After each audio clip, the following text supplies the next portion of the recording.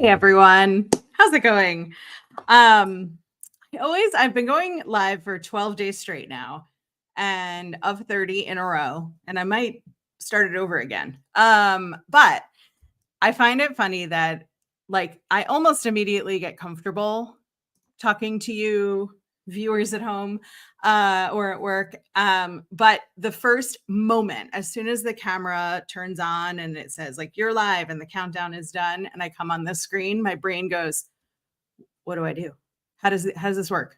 Am I talking to people? Am I telling them stuff? Am I starting with a song?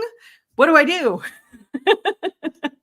And then instantly it's gone and I'm comfortable, but it takes that minute for me to figure out that I know how to do this. And I think that's the way I feel about running a business. So thank you for coming to my TED Talk.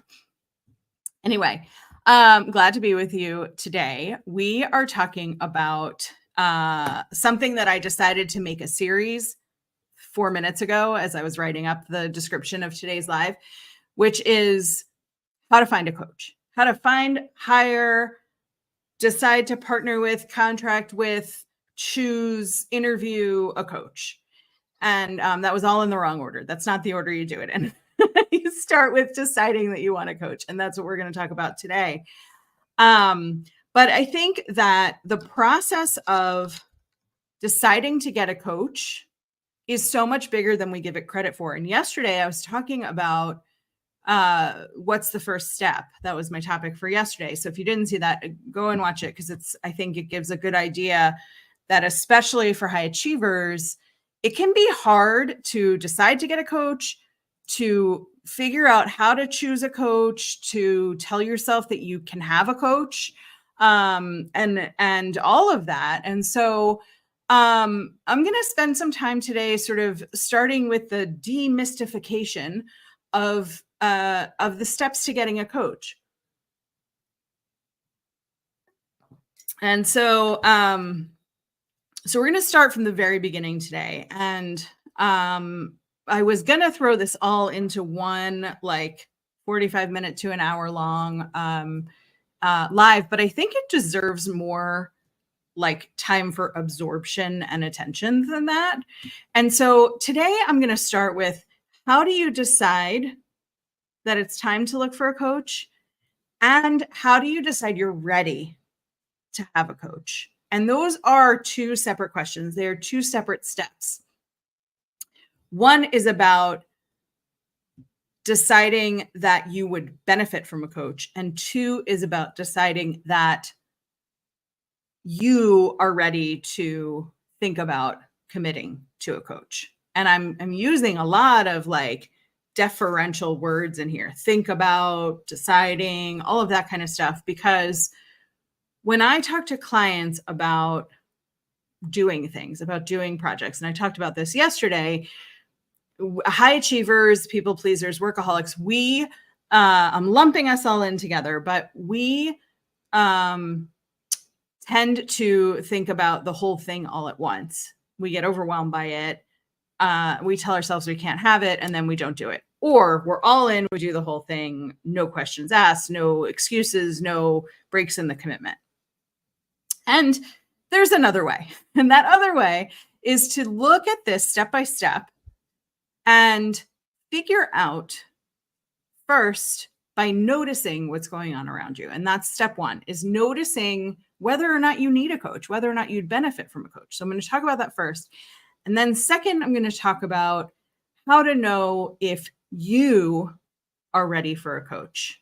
And if the answer is I'm scared, I'm going to tell you you're ready, even if you're scared. But that's a giveaway. I'm gonna come into that a lot more deeply. So let's talk about step one.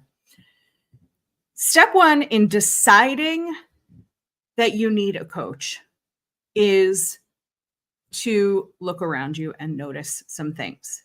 And whenever I'm working with clients, we go through a notice, decide, do kind of step-by-step process, right? We are trained to be doers from the start. We are trained to jump in, get things done, and move on to the next thing. We are not trained to stop and actually notice. We dive right into fixing.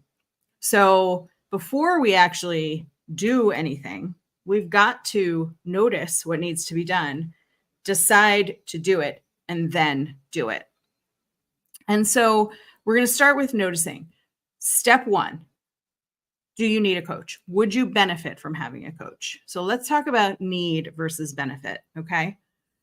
So I would have told you 5 years ago that you do not need a coach, that nobody needs a coach, that it's a luxury, that it's a nice to have, that if you're a pretty self-sufficient person, you don't need a coach. 5 years ago, me was coaching and didn't have a coach. 5 years ago, me had been coaching for 15 years in different aspects of, more consulting side of doing resumes, letters, which led to the more coaching side of I'm not even sure what I want to do, which led to the deeper coaching side of I know what I want to do and I don't feel like I'm doing it right and I need somebody to talk to and my boss is toxic and all of that kind of stuff. So I'd been coaching for 15 years before I got my own coach. I don't recommend that. I think every coach needs a coach. And somewhere at the top of a mountain is like the head coach shrouded in the finest of linens. But I do think we need coaches. And here's why. We, as high achievers, as independent people, as hyper aware of the world around us people, we are so used to helping other people. That is what many of us feel like we were born to do. Help people, support people, elevate people, and then like whatever time is left for us, we'll nap probably, right? Because we're so tired from helping people all the time. What that teaches us though, is that if we can help everybody else and we can't or aren't helping ourselves, we must not be helpable or fixable or workable, or this is the best it gets for us, or this is all we can have. And I use words like this is all we can have, we're not allowed, because it's what we tell ourselves. We can be at the super executive level. I was vice president, second in command to the CEO, and I still thought if I can't figure it out by myself, it must not be figure outable. And that didn't mean that I didn't go to other people for the more tactical expertise or strategic expertise, but I didn't go to other people for my own career advice because I helped other people. So when I did finally hire a coach, I realized how much I needed it. And here's why I needed it. Not wanted it, but needed it. I needed it because I couldn't get out of my own way. I needed it because I had told myself that the best job I could have was vice president of HR and operations, making, blah, blah, 6 figures and working 80 plus hours a week. That I had achieved the height of my career. I could go to a bigger company. Sure, I could be an SVP of HR. Sure, I could be, I could do this or I could do that. I could focus in on HR communications, maybe, right? I had all of these ideas that circled around this small sphere of things I was allowed to do. And they all circled around, I would work inside of a corporate environment and stay in HR. Now, if that's what I had wanted, that is a super valid and excellent career path. I have plenty of clients who have been HR directors, managers, VPs who have gone on to continue on their HR careers and have loved it and have learned to set good boundaries and have learned that they don't have to work 80 hours a week in order to be a successful executive. That wasn't what I wanted, right? And I didn't want to be working 80 plus hours a week, always second in command, but I didn't know I could have anything else. And so that for me was a sign that I needed a coach. It was not a sign I followed right away. It all came together like all at once on a phone conversation with a coach I was asking about the logistics of certification. And she said one thing to me and it hit me. And I was like, well, now I need to hire you. So we don't hire coaches though, because we don't think we're supposed to. We don't think we're supposed to need that. We think we hit a certain level of grown-upness And when we are that level of grown up, we shouldn't need advice and input and a space for ourselves with other people. We are there to help other people. We're there to mentor. We've maybe been mentored through our career, or maybe we weren't, and we decided we're going to be the good mentor because we didn't have the good mentor, right? So there's all kinds of reasons we tell ourselves we're not supposed to have a coach. And yes, there is a financial luxury to having a coach, that you have to be able to decide how you're going to pay for having a coach, which I'm going to talk about in another live. But you, as a grown human who is navigating your career, you can benefit from having a coach in so many ways, in learning to set boundaries, in learning to ask for what you need, in learning to think strategically differently than you have been thinking, in learning how to feel in control of the world around you when maybe things are coming at you in all different directions. And look, control is a myth, right? It's an illusion, it's whatever. But there are ways to decide how you're going to be proactive, respond, and react to things. When you decide you need a coach, it is typically because you have run out of ideas for how to find satisfaction in your career, for how to get through the daily life of your career. It doesn't feel good anymore. It doesn't feel like there's a future that you want there. It doesn't feel like you can escape where you are. And you tell yourself everything is fine. And for me, fine is a trap. For me, that is like the one big sign. If you find yourself, and this is a great notice exercise, if you find yourself saying, it's fine, I'll do it, it's okay, don't worry about it, I'll take care of it, those kinds of phrases, if you find yourself saying those things all the time and you don't know how to back out of doing the things or participating in the things that make you roll your eyes, that make you say like, no, it's fine, I'll do it, it's fine, even though you know it's not fine, it doesn't feel fine, that's when it might be time for a coach. You have to want something different in order to want to work with a coach. You don't have to know what it is. And that is super important. You don't have to know what you're looking for. You only have to know that you want something different and you haven't figured it out on your own. So that's step one, is like, do you need a coach? Are you in a place in your career where you're making six figures? You're in the eyes of everyone around you, in the eyes of what you thought your resume was going to look like, you maybe have made it, but you're not finding any joy in it. You never feel like you can say no to anything. You feel like you've hit a ceiling for yourself. You never delegate. You never take time off. Or when you do take time off, you're logging in anyway. You go out to dinner with people and you're on your phone checking your email. Your phone is the first thing you check in the morning. You get up, you check your phone. Maybe you have a cute picture of your dog on your phone. But it feels like it's not working, and it feels like you've hit the limit on what you know to do. So that's how you know you need a coach. That's step one. Step two, how do you know that you're actually ready for a coach? And here's why that's different. Like anything else that you want to do, that you want to practice, that you want to build habits on, you have to decide that you're ready to do that. Very occasionally, somebody will come to me to have a strategy call with me, a discovery call, and they will tell me all of the things that they're not ready for. I'm not ready to make any changes. I'm not ready to do this. I'm not ready to do that. I can't have this. I can't do that. That doesn't mean you're not ready. That means you don't know how. If I then ask some follow-up questions, what if you could have, what if you could try, what if we broke it down into small enough steps that here's what I see in many of my clients and what I think could be possible for you. Let's slow it down, all of those kinds of things.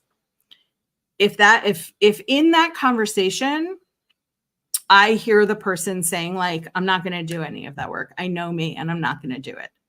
then that person is not ready to be coached.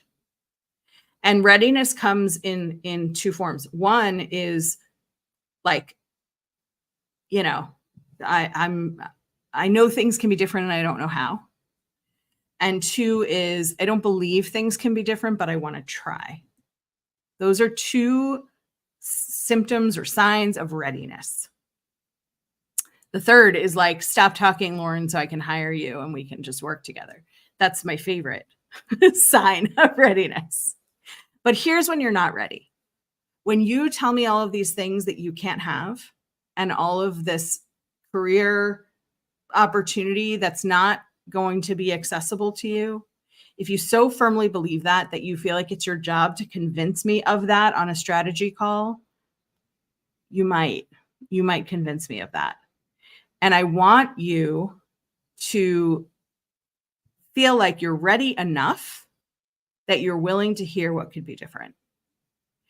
And in almost all of my conversations, when I have a strategy call with a potential new client, I hear that. I hear that readiness. I hear that I've taken the time to have this call so that I can tell you that I'm ready, even though I'm scared to do this.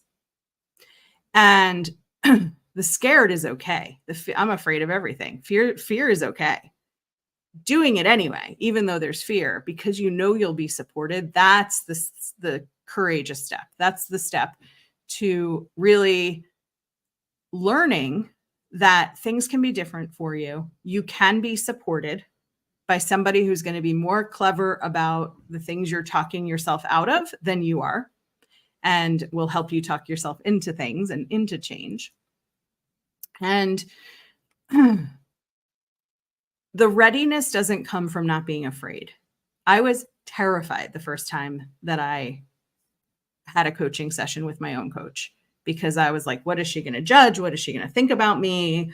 What if I fail? What if I'm not good at this? What if I'm not good at being a coachable person? When you're asking yourself those questions, you're already showing yourself that you are coachable because you're expressing fear.